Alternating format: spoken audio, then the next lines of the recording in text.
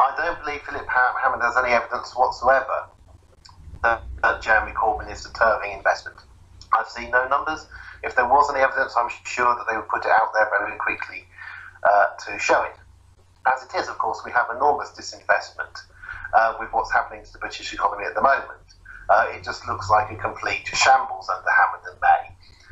The pound collapsing, things just going very, very badly wrong. Complete uncertainty over what's going to happen with Brexit. If you wanted to create an environment which was likely to bring on a recession, this is the way to do it. Now, does Hammond believe that Corbyn would cause problems? He probably does. I don't think he is sensible enough to realise that he is a problem. I honestly don't think Philip Hammond sits there and goes, I really am bad news for this country, but I'm going to carry on. I suspect he actually thinks that his way of thinking is correct. I suspect he's always thought it was correct. And maybe he'll go to his grave still believing he was right. Maybe not, there is hope. But I don't think he is so Machiavellian that he sits there going, this is really good for me, or good for me for a short amount of time, and my family, and a few other the richer cabinet ministers, although the other ones are in trouble. I'm going to lie to the British people because I just want me to get richer.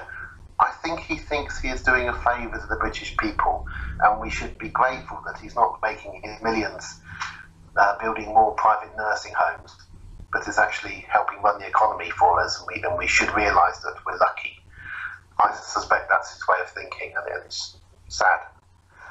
The most parroted myth of all surrounding inequality is it's necessary for innovation.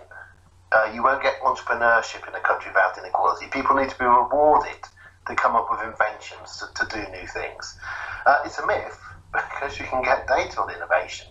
If you look at patents, you actually see that the highest rate of people patenting inventions per head is in the more equitable countries where they invent more things.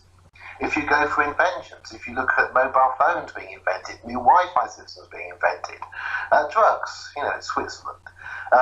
If you look at the actual data on how entrepreneurial different countries are, how much risk people take, they take more risk when they're more equal because it's more rational to take risk because you're not going to plunge into absolute poverty if you fail.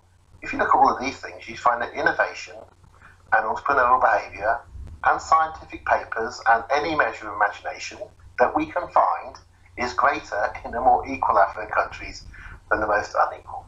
And that's just one of the myths, but it's one of the biggest myths.